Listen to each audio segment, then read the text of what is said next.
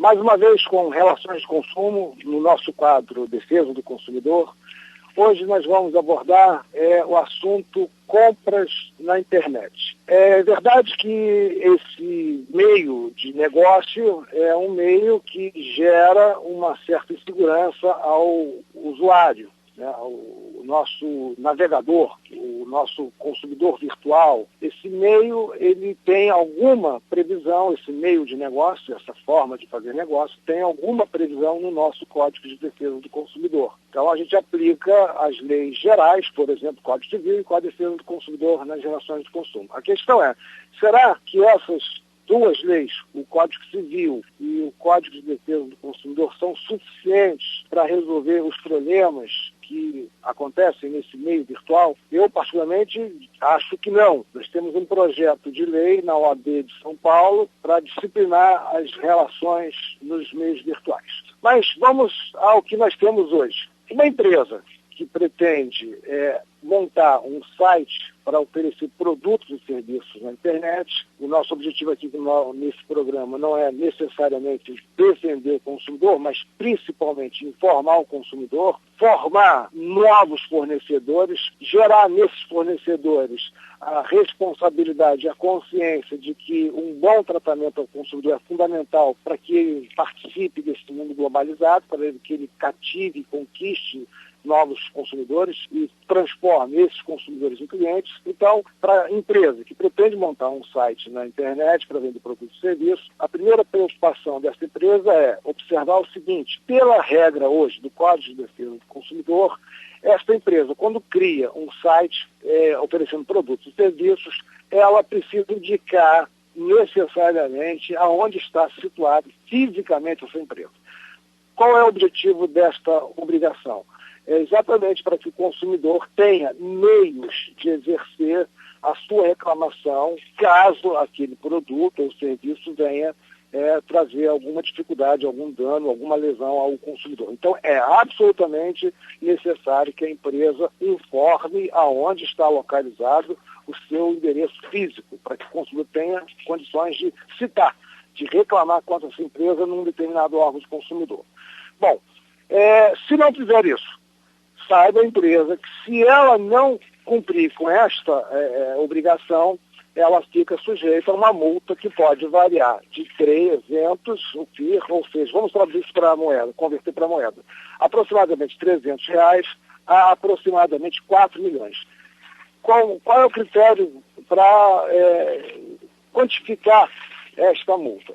O critério é exatamente qual é a repercussão, qual é a dimensão dessa empresa. E, evidentemente, o órgão que aplicará a multa pelo não cumprimento dessa obrigação, ou seja, de colocar o endereço físico, pode pedir relatórios econômico-financeiros para analisar o tamanho dessa empresa e, em razão desse tamanho, arbitrar o quanto da multa. Bom, essa, então, deve ser uma preocupação.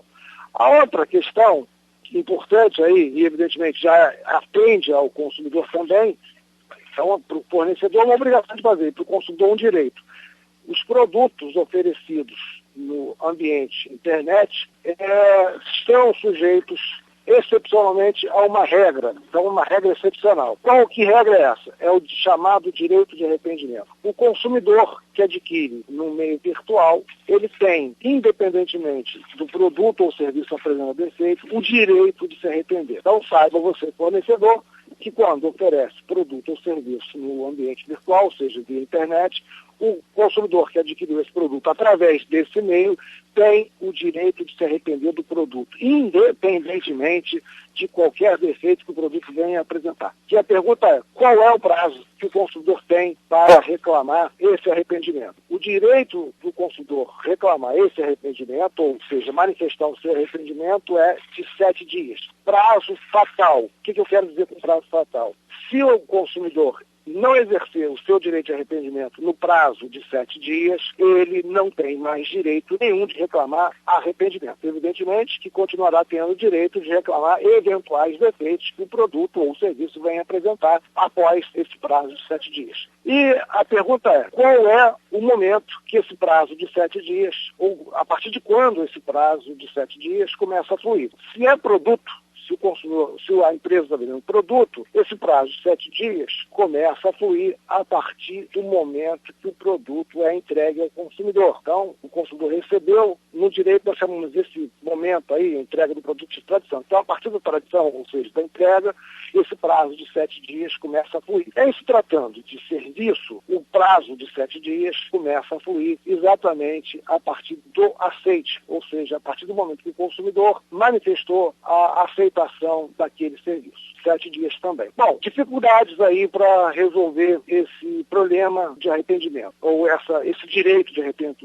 arrependimento do consumidor. Em se tratando de produto, nós temos que observar o seguinte: o fornecedor deve colocar lá no site, ou seja, no seu sítio, né, na sua empresa virtual, como se dará esse direito de arrependimento, dizendo o seguinte: olha, eu estou em São Paulo fisicamente, tem um anúncio no meio virtual, você, consumidor que adquiriu, está em outro estado, se você se arrepender desse produto, o envio do produto é por sua conta. Porque se o produto foi entregue aqui no Rio de Janeiro e o consumidor simplesmente resolveu se arrepender daquele produto, quem compete ou a quem cabe é a despesa com o envio daquele produto para o fornecedor. A empresa, se ela não informou isso no site, a interpretação é a favor do consumidor. Ou seja, o consumidor não tem que assumir essa despesa com o envio do produto. Então, eu quero dizer o seguinte: o direito de arrependimento do consumidor não exime esse consumidor, ou seja, não dá direito a esse consumidor de ficar com o produto. Então, ele tem que reenviar, entregar, devolver esse produto. E se nada tiver dito no site,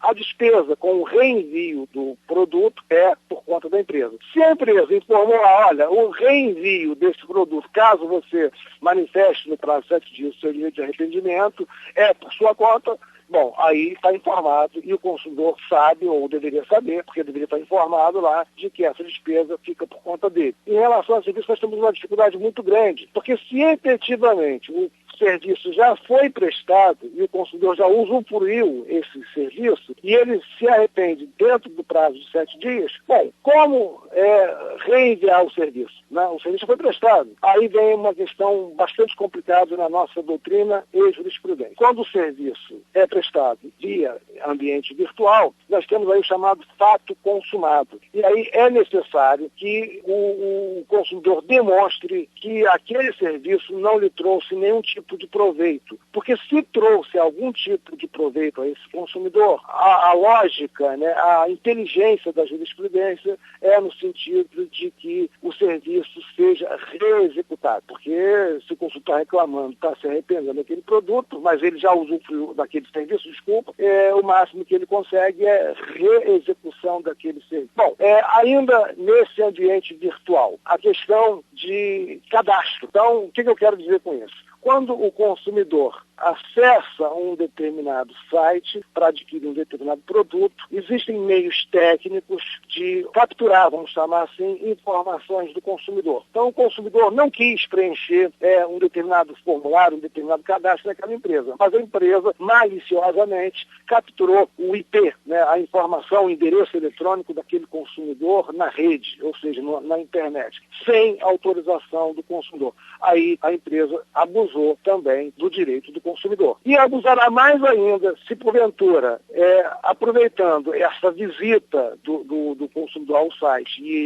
ele não tendo ele feito um cadastro, se essa empresa começa a enviar mala direta, ou seja, spam, e-mail oferecendo outros produtos, outros serviços, sem que o consumidor tenha autorizado, sem que o consumidor tenha se cadastrado. É uma prática comercial abusiva que fica também sujeita à multa, aquela multa que eu disse no início da minha fala, que vai de 300 a aproximadamente 4 milhões. Então, consumidor, tenha muito cuidado ao navegar na internet, ao adquirir produto pela internet. Só adquira produto de empresa confiável. Antes, busque, verifique se essa empresa existe fisicamente. E tem no site, né, de navegação, tem lá um cadeadozinho. Aquele cadeadozinho que aparece no rodapé, ele indica que aquela empresa tem meios de proteção de transações seguras. E também nunca deixe de proteger a sua máquina, o seu computador com um bom antivírus, porque nós temos muitos usuários maliciosos na rede que acabam capturando informações e acessando cadastros, cartões de crédito, contas de banco e fazendo operações comerciais em seu nome. Portanto, na rede, todo cuidado é pouco. Bons negócios. Até a próxima.